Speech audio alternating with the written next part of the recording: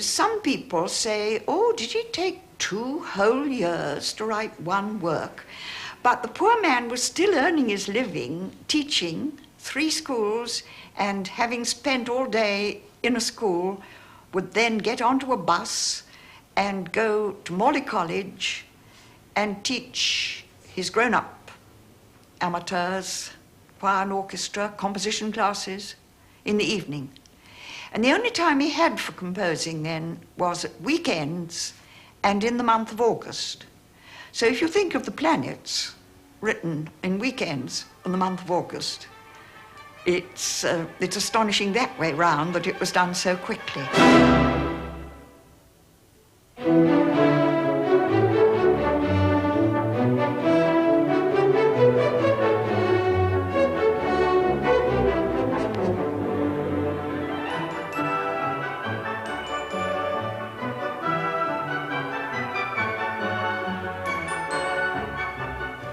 It was the popularity of the planets that changed people's opinions about my father's music. And gradually in the early 1920s, he became what he hated being, a popular composer.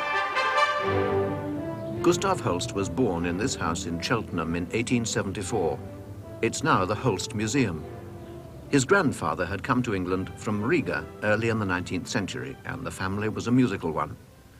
Holst's own father, Adolphus, was known as a pianist, organist and conductor, and as a promoter of concerts in Cheltenham. He was practicing Mendelssohn to give a concert in the Rotunda at the time when my father was being born in the next room.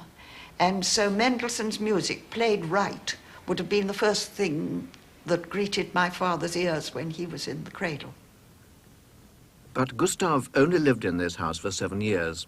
Most of his life and work were spent away from Cheltenham, but he never lost contact with the town of his birth, nor it with him. He was very excited about it when the news broke that in 1927, the people living in Cheltenham wanted to honor him. As he said, how sensible of them, instead of waiting till I'm dead and putting up a monument in a churchyard somewhere, they've actually asked for 2 concerts of my music and are collecting money to pay for a first-rate orchestra to perform in the town hall at Cheltenham. I was thrilled, of course, with the rehearsals and the performances. And they'd come up to me and talk to me about my grandfather, then about my great-grandfather. And it seemed to me most extraordinary, that continuity of the family in Cheltenham. Holst's mother died when he was 8.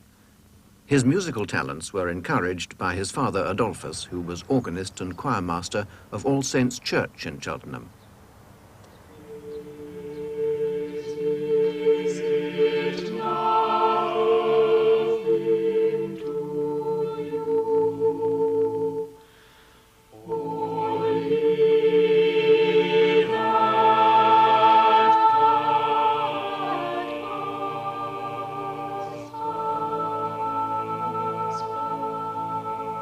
This was an early influence, Victorian church music in its heyday, the beginning of a musical upbringing that took him on to the Royal College of Music in London.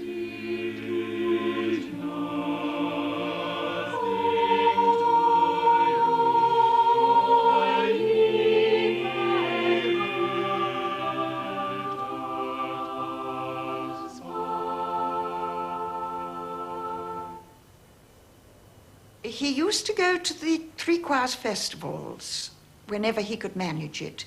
Even after he'd left living in Cheltenham and was having lodgings in London as a student at the RCM, he used to come home and he'd always try and get to whichever of the 3 cathedrals it was. And in the early 1890s, when it was in Worcester, he heard Bach's B minor Mass, and that was one of the great experiences of his whole life. He got so excited that he found that his head was about to bump the roof. And he remembered holding on, gripping the sides of the chair to prevent himself bumping his head on the roof.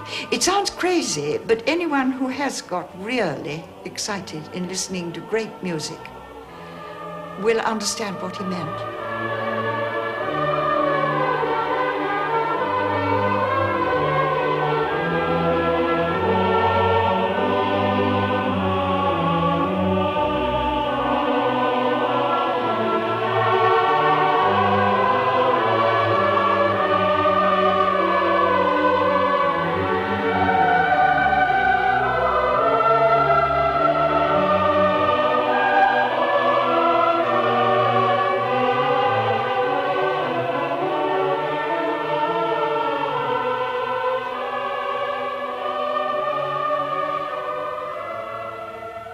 From college, he went to Wick Risington in the Cotswolds, where he was organist in the church. Wick Risington was his first professional job. Of course, if I say that he had an annual salary of £4.10, it is very difficult nowadays to believe that that's possible. But it was a very good job for him because it was a very good experience. And he got to love the Cotswolds round Wick Risington very much. He used to walk there and bicycle. It was in 1895, that's the year he got his scholarship, that he first met Vaughan Williams.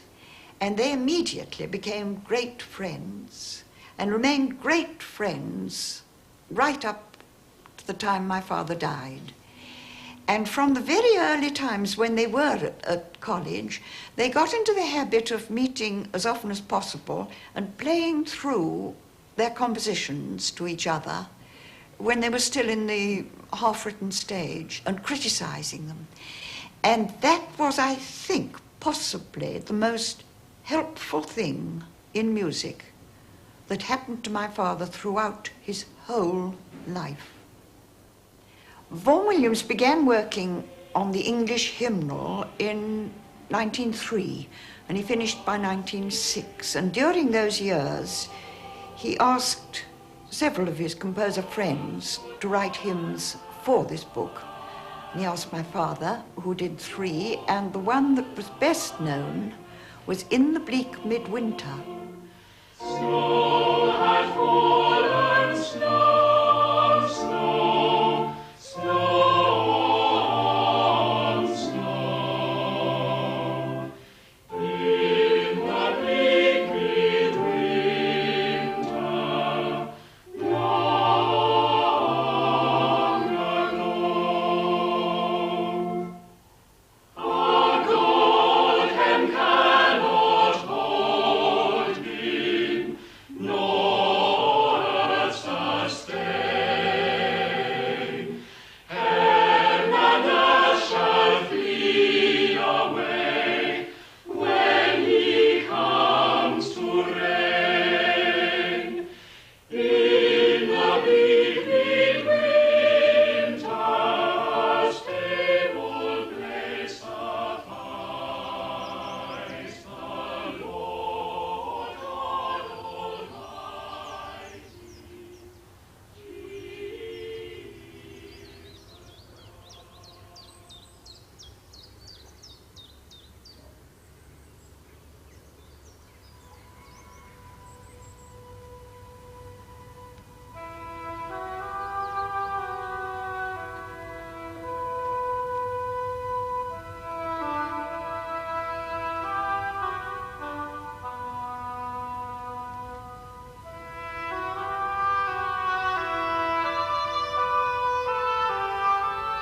One of the first things that he wrote founded on folk songs was his Somerset Rhapsody for orchestra, which begins with his favourite folk song and then introduces several more. And I think that is a great link with his love of the Cotswold Hills.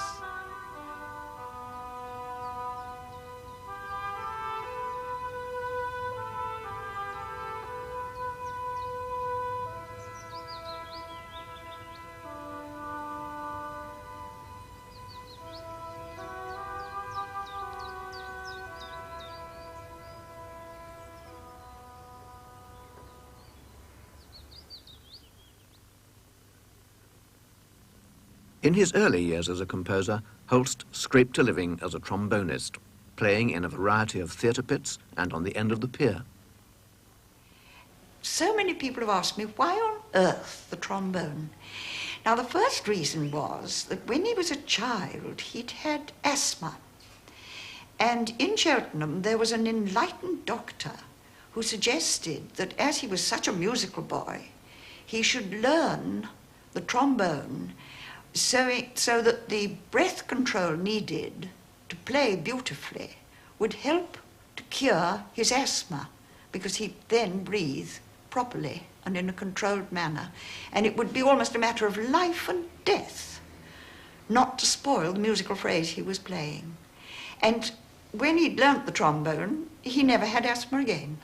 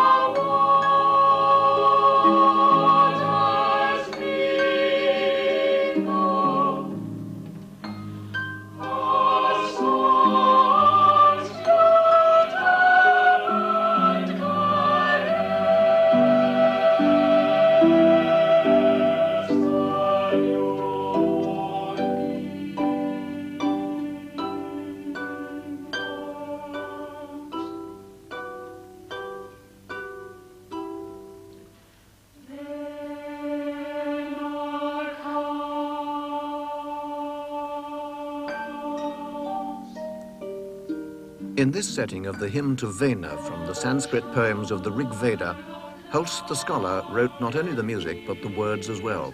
He learnt Sanskrit in order to make his own translations. He used to say of himself that he was never a real Sanskrit scholar. He always cheated. He always had not only the dictionary, but several cribs so that he could see what other people had said.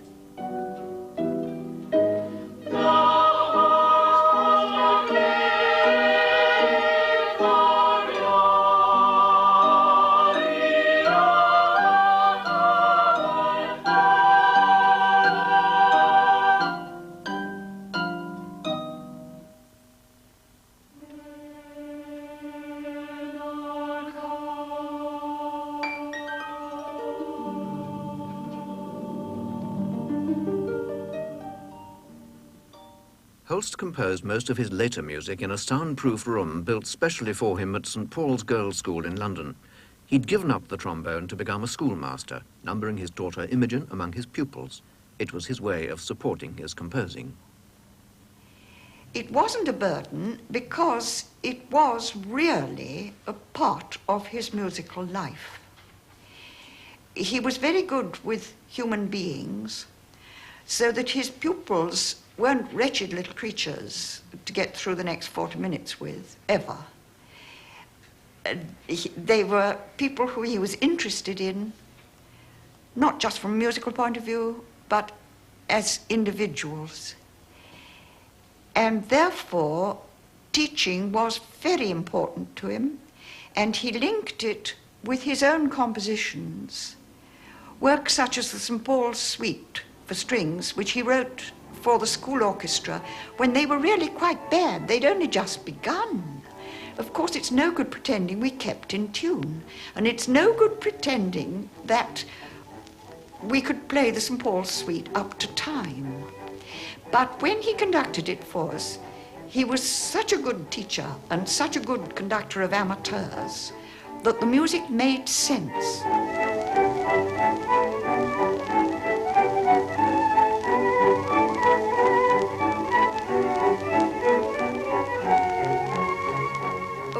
Our years together, I've only once known him angry with me.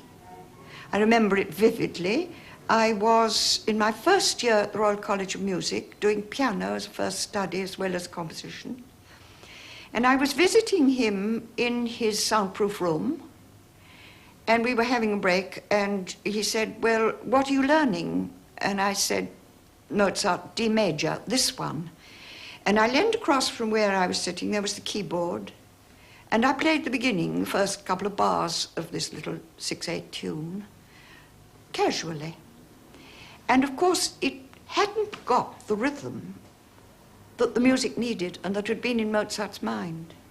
And he was really angry and said, oh, but rhythmically, where's the rhythm? And I had to move round and play it properly. It was in 1914 that he began writing The Planets, and this is a thing that people refuse to believe, but it's absolutely true that he wrote the music of Mars before the 1914-18 war had begun. He finished Mars in the spring and early summer of 1914, and then went on to the other movements during the next 2 years. He said, you know, I don't think there's any hope of this being performed in wartime. It's such a vast orchestra. He knew it would be very expensive.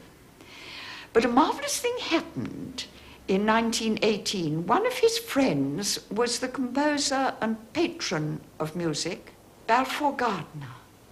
And Balfour gave him a present of a rehearsal with the new Queen's Hall Orchestra and Adrian Bolt conduct, and that was wonderful experience. But Holst also believed in encouraging amateur music making. In this house, he conducted the Hammersmith Socialist Choir. One of its members was his future wife, Isabel. She had a very, very kindly personality. She was very practical. She could cook superbly. She came from a family in Fulham, local to Hammersmith, who were hard up, and there was nothing she couldn't do to make a home comfortable.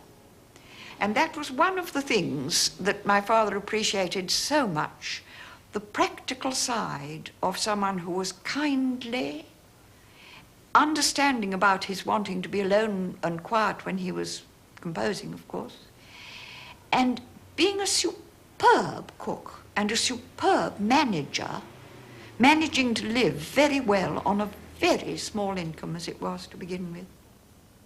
In 1914, the Holsts moved to Thaxted in Essex, where Gustav befriended the local vicar, Conrad Noel.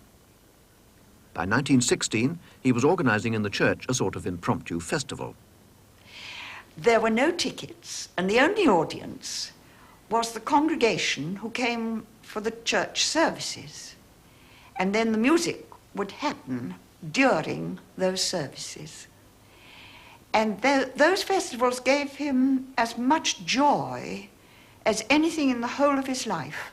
And he wrote some of his best music for it. If I say best, I mean best musically, not best in vastness. There was a wonderful short part song called Tomorrow Shall Be My Dancing Day, which he wrote for Thaxted, medieval words which the vicar of Thaxted had copied out of a book and pinned up on the inside of the church door. And my father, when walking round the church, happened to see them and read them and set them to music. Sing, oh my love, oh my love, my love, my love, this have I done for my true love. In a manger laid and wrapped I was, so very poor this was my chance, betwixt an ox and a silly poor ass, to call my true love to the dance. Sing, oh my love, sing, oh my love, my love, my love, this have I done for my true love.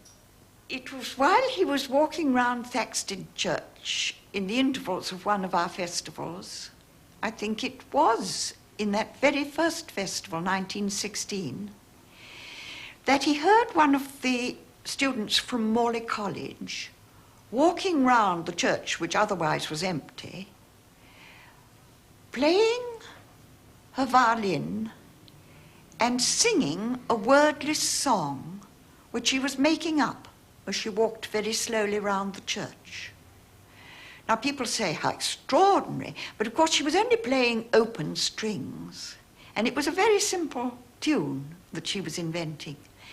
But he was thrilled with the sound of the voice and the violin, and as a result he wrote his 4 songs for voice and violin, which are among his most beautiful works.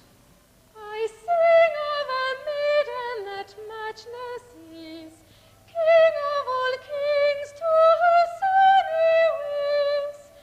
He came also still where his mother was, as dew in April that falleth on grass.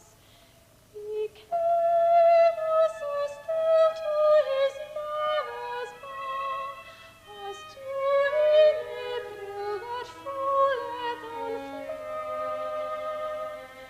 He came also still where his mother lay, as dew in April that falleth on spring. Mother and maiden whose language shame, well may such a lady God's mother be. My father had very individual ideas about holidays.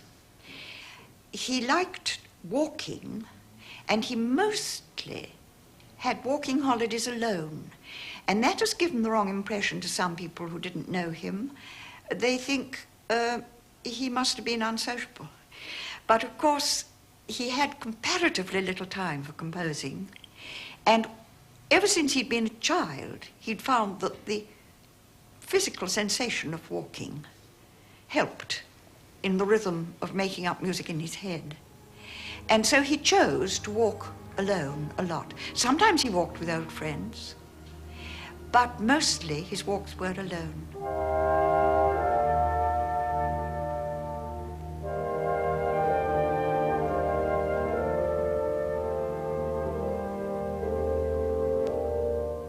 Egdon Heath, a late orchestral work inspired by a sentence from Thomas Hardy's Return of the Native. He had always been fond of Hardy's writings, and it was the vast solitude of what Hardy described as the impersonal open space that was really where my father was most at home in mind and spirit.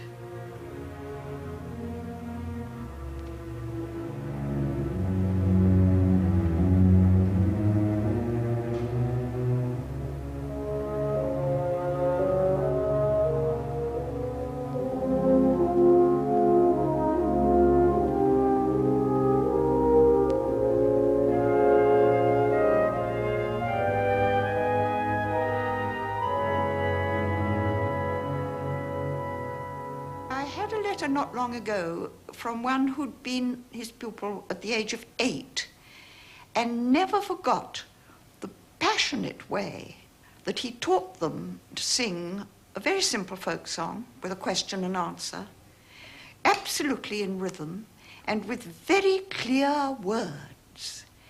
And that has been in her mind ever since. She's an old woman now.